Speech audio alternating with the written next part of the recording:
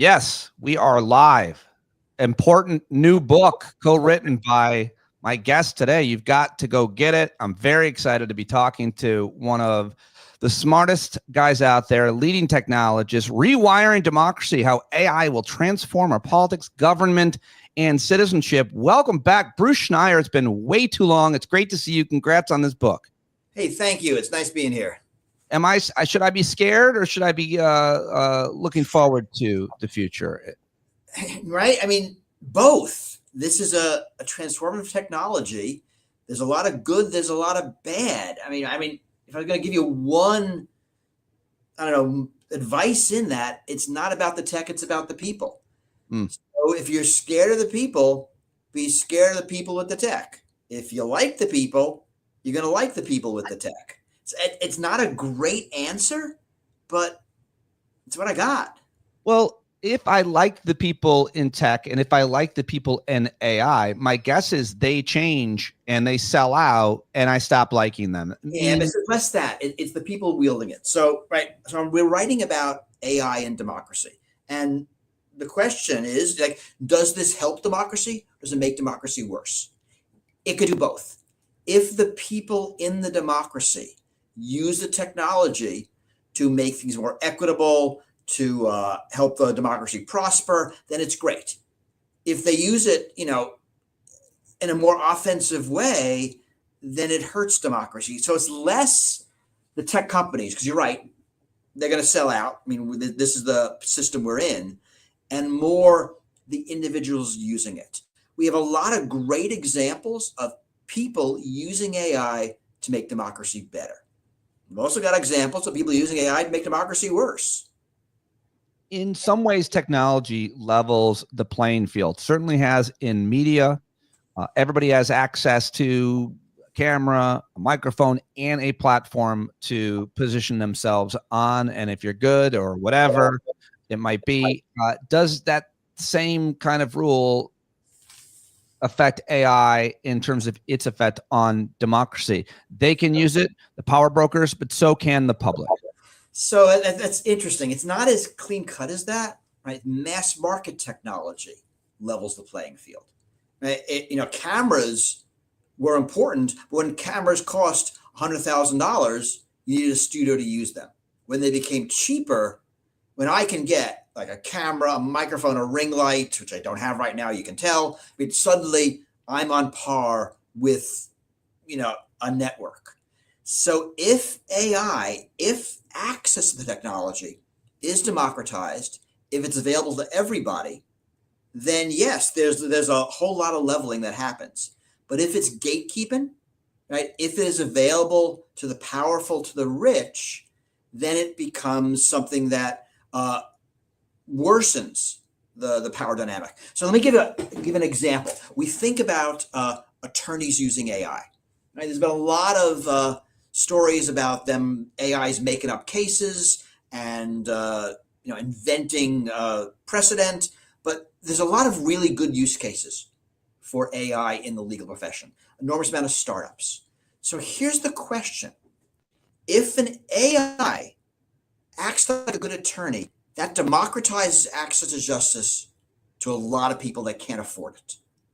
But if what is best is an AI plus an expensive attorney, then the rich get richer, right? And we don't know which way that's going to go. And that same trade-off is in many different AI use cases, and we still don't know the answer, right? We have thought of legislators using AI to help write laws. Now, on the one hand, you might think yikes dystopia, but right now lobbyists write laws because a lot of legislators don't have staffs.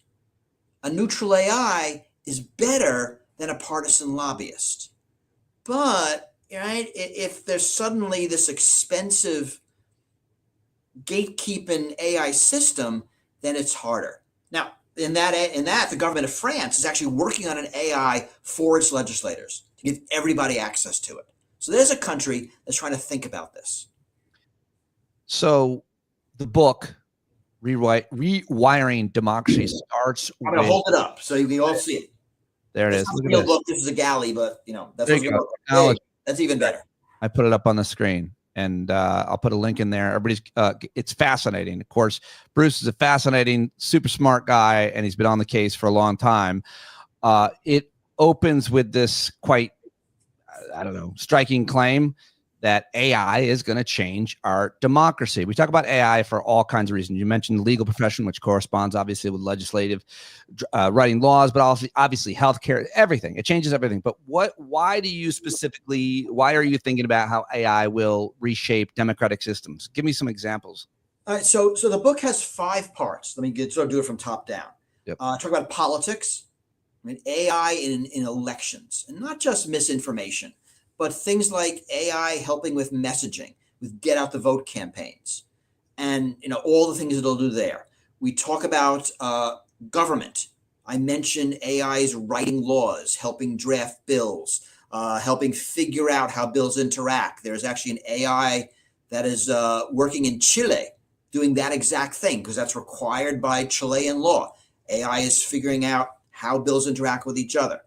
We talk about government bureaucracy, delivering of government services, and there's an enormous amount of use cases of AI doing the workings of government. One example, using AIs to review compliance documentation to figure out who should be audited.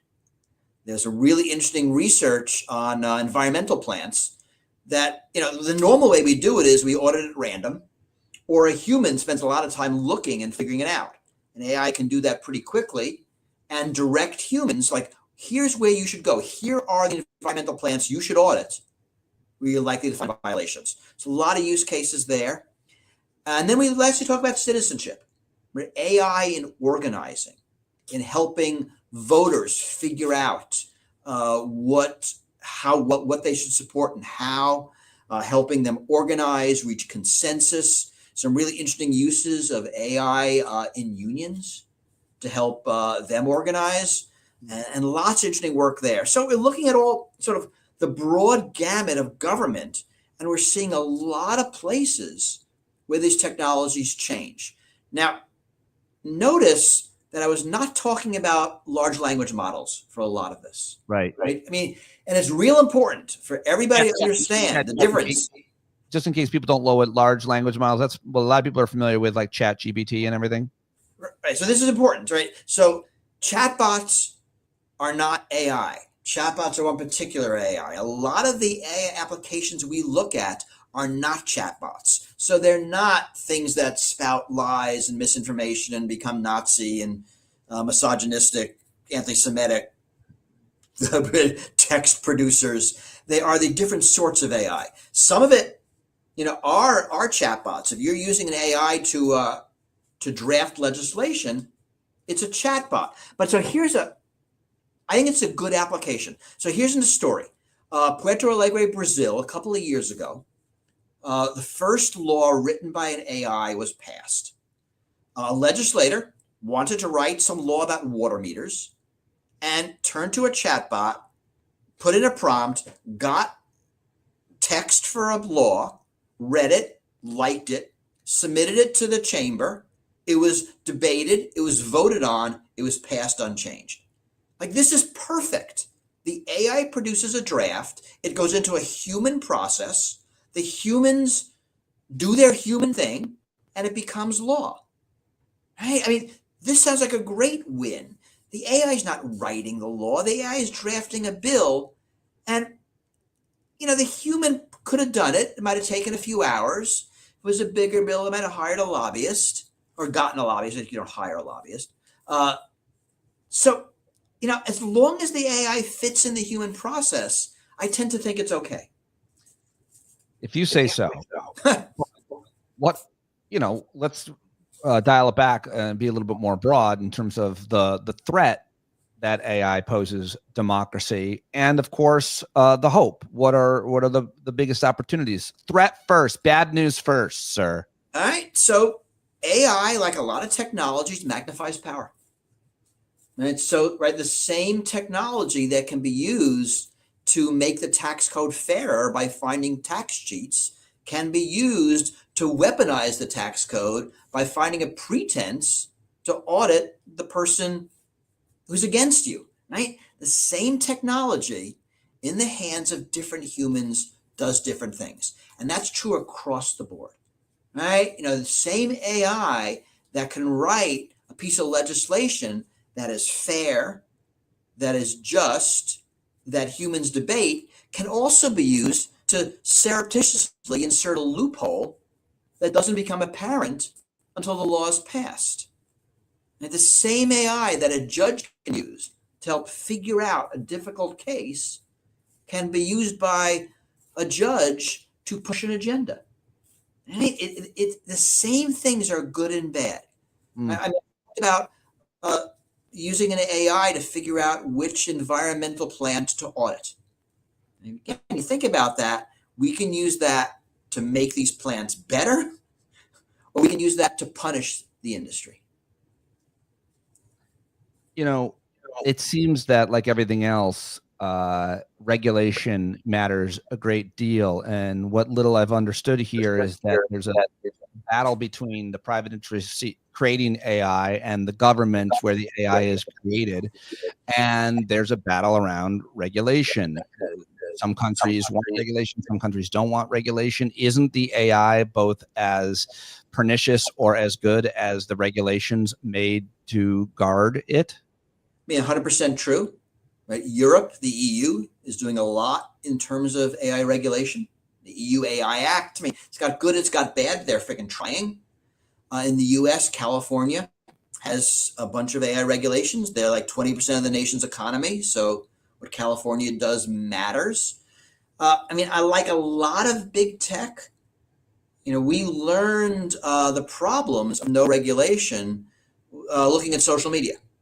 Right, the fact that social media being this horrible cesspool of misinformation and outrage is really because of a lack of regulation, right? That and their business model of pushing you something for free, making money, trying to manipulate you, and thereby wanting you to be on the service as much as possible. So I think regulation is absolutely critical, especially because this technology is so society changing that I don't want the future of our society to be determined by a bunch of white male tech billionaires in Silicon Valley. I mean, that feels like a dumb way to figure out how a tech should affect society. I want some broader ways of thinking, and that requires government, which is really how we work together. Now, that's kind of an idealistic view of government. I get that. But it is the lever we have. And you're right, in the US, we're not using it. In the US federal level, we're not using it. At the states, you're seeing more work, and you're seeing more work being done in Europe right now. Wait, you say not using it, you meant not regulating. Yes, right. Not, I mean, at the federal government. But the states are stepping in. I mean, that's an interesting question alone, how state regulations versus federal regulations when it comes to the usage of technology. I'm not sure how that's controlled. The other issue, though, is you're a technologist. You understand this. You're an expert. You wrote this book. Most legislators are not technologists and don't understand this. So even if they're well-intentioned, I'm not sure that they'll know how to keep up, regulate this at the rate of speed that some private interest or private company can to make as much money as they possibly can. Yeah, I mean, two things to think about there. One is that's true for everything.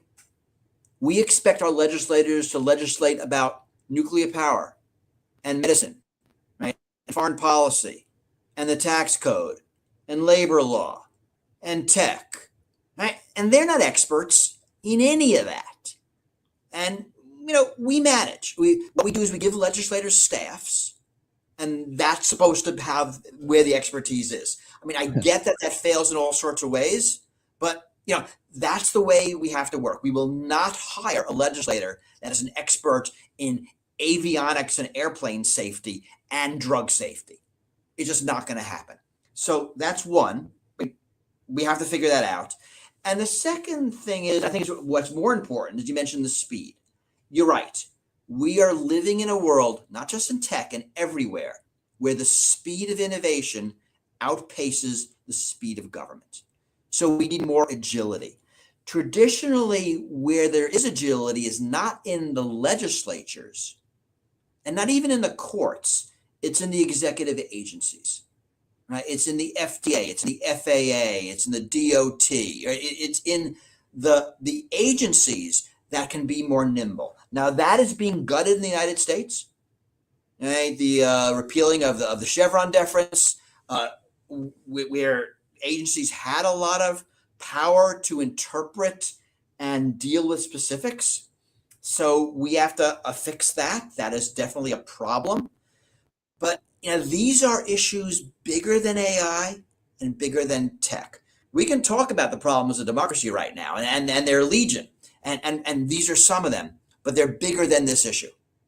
I almost don't want to talk with you about this one next question, but because you're a technologist and that's where your expertise lies, but you're a very smart guy and can certainly talk about democracy as well. And so I've been thinking a lot about last campaign that in America, especially, the word democracy, nobody knows what it means because we think we've always had it. We don't have civics here and so on.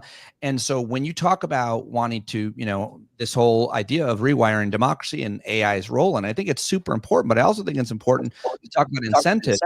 And does your book concede the fact that most people or a lot of people don't know what democracy is and they don't want it? As our president has been saying, some people would love a dictator, even though they don't know what that means. Some people would love to make government run like a business and have no democracy.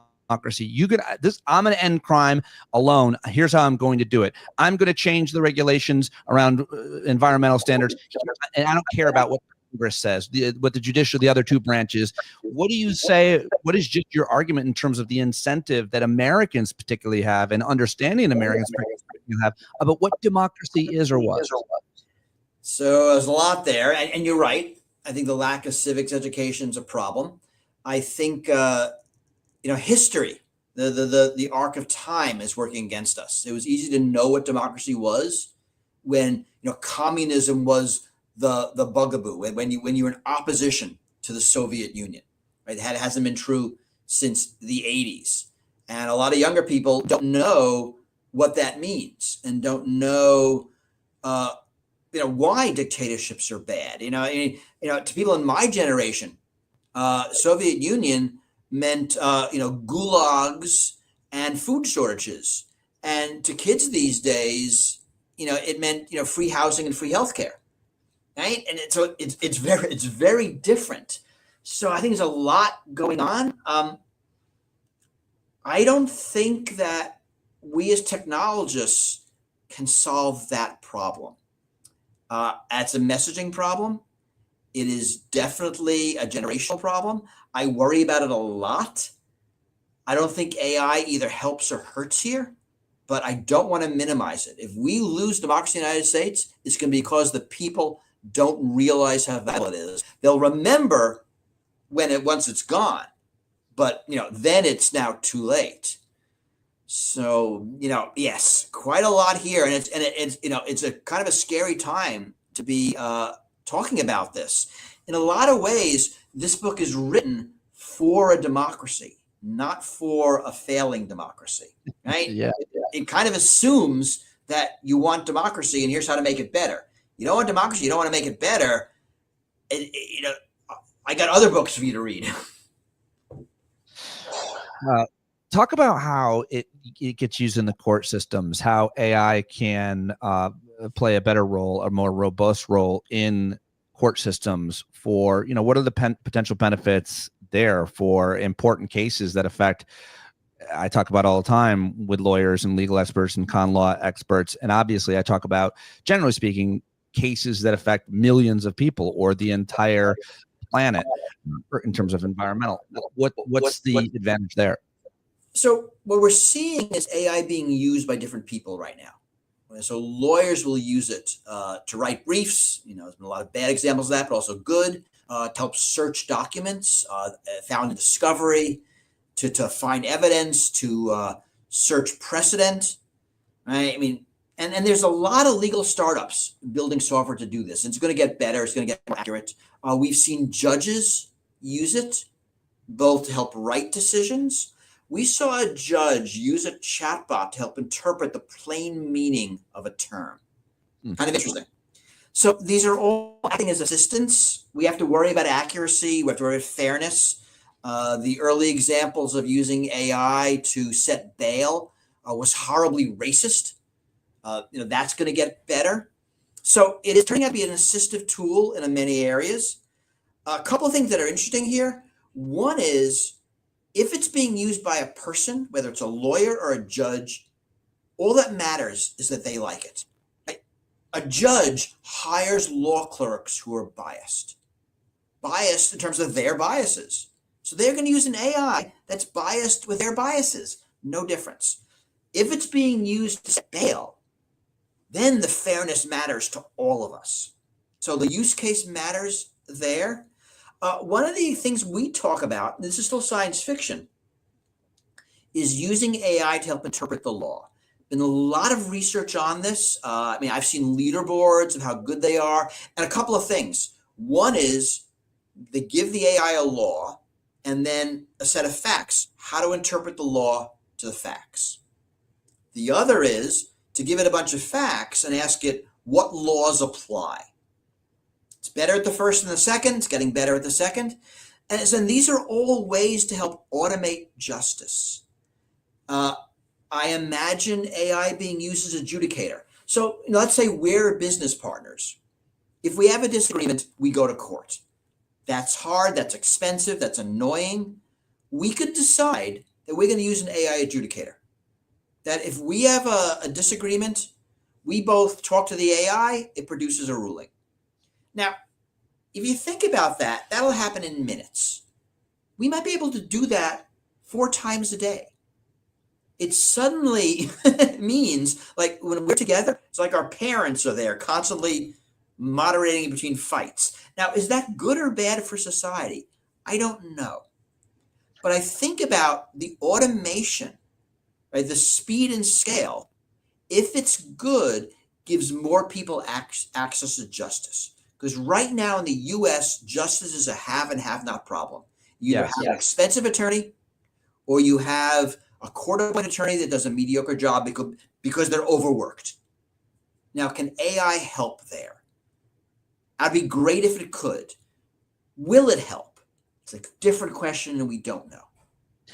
Part 2 of your book is titled AI Infused Politics. And you write in this part of the book how AI can help elect people, how it can help organize a political campaign, fundraise, which unfortunately in America get a lot of money.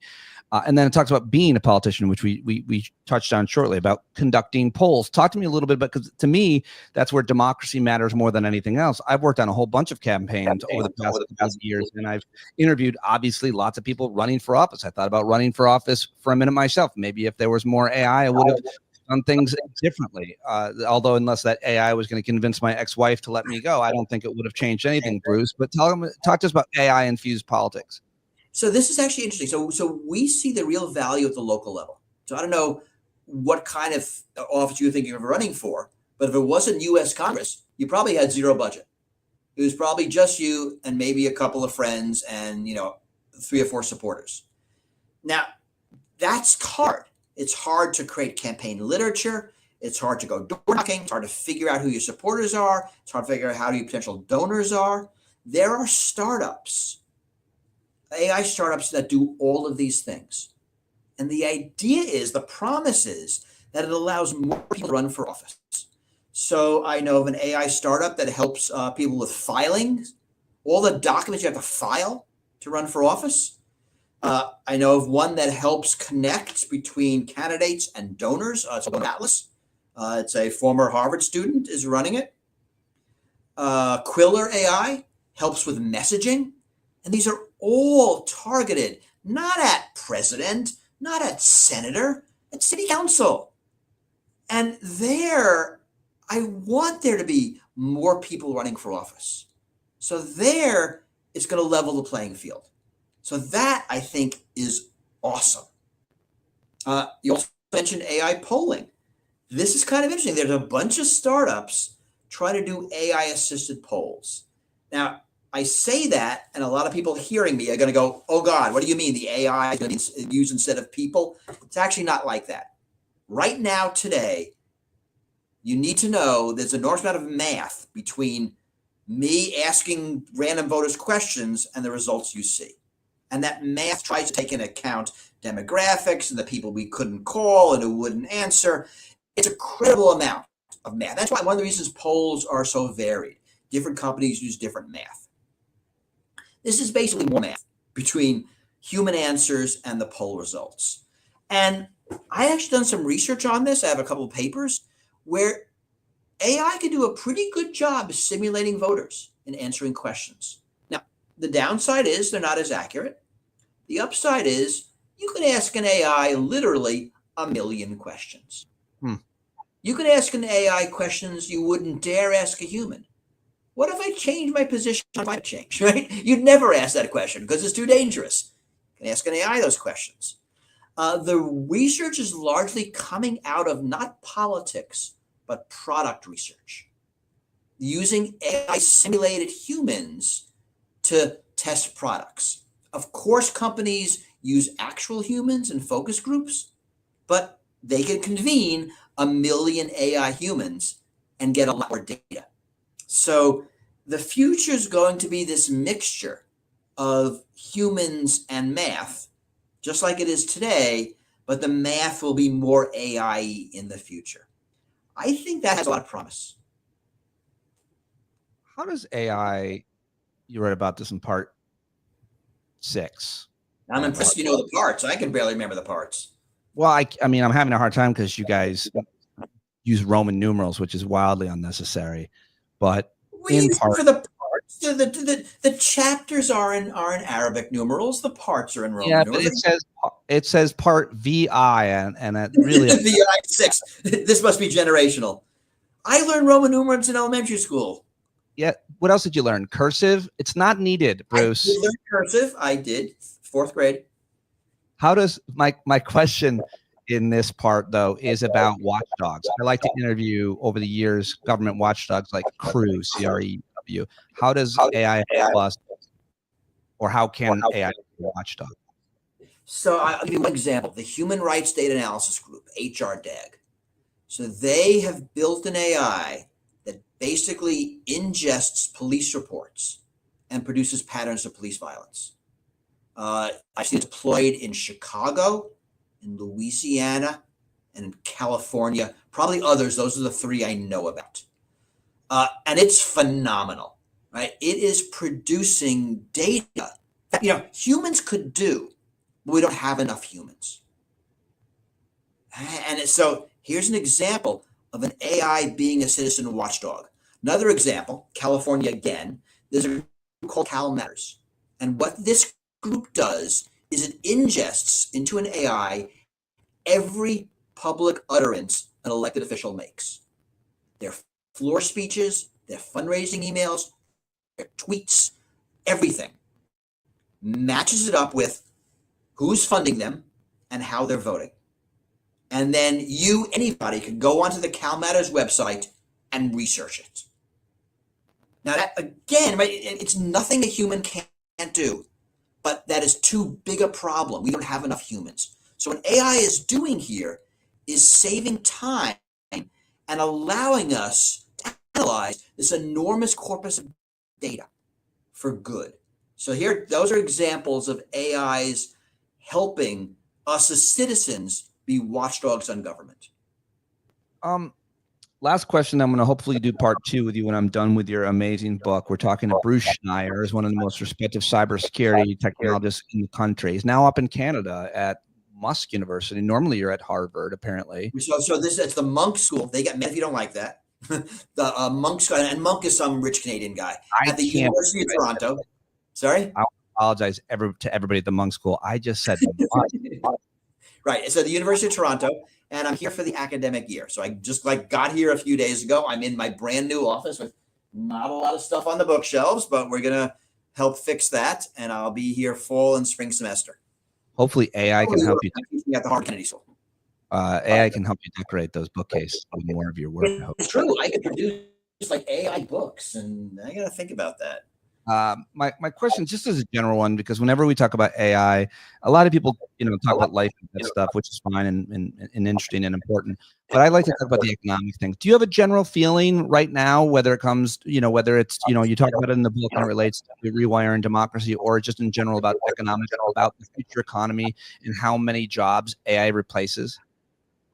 Yeah, so we don't know. I mean, again, this is generally talk about generative AI chatbots, which seem much worse than humans at a lot of things. And I think that the initial excitement that an AI can be an attorney and be a doctor and be your accountant is largely bullshit. And that's not going to work. We will see humans assisted by AI more.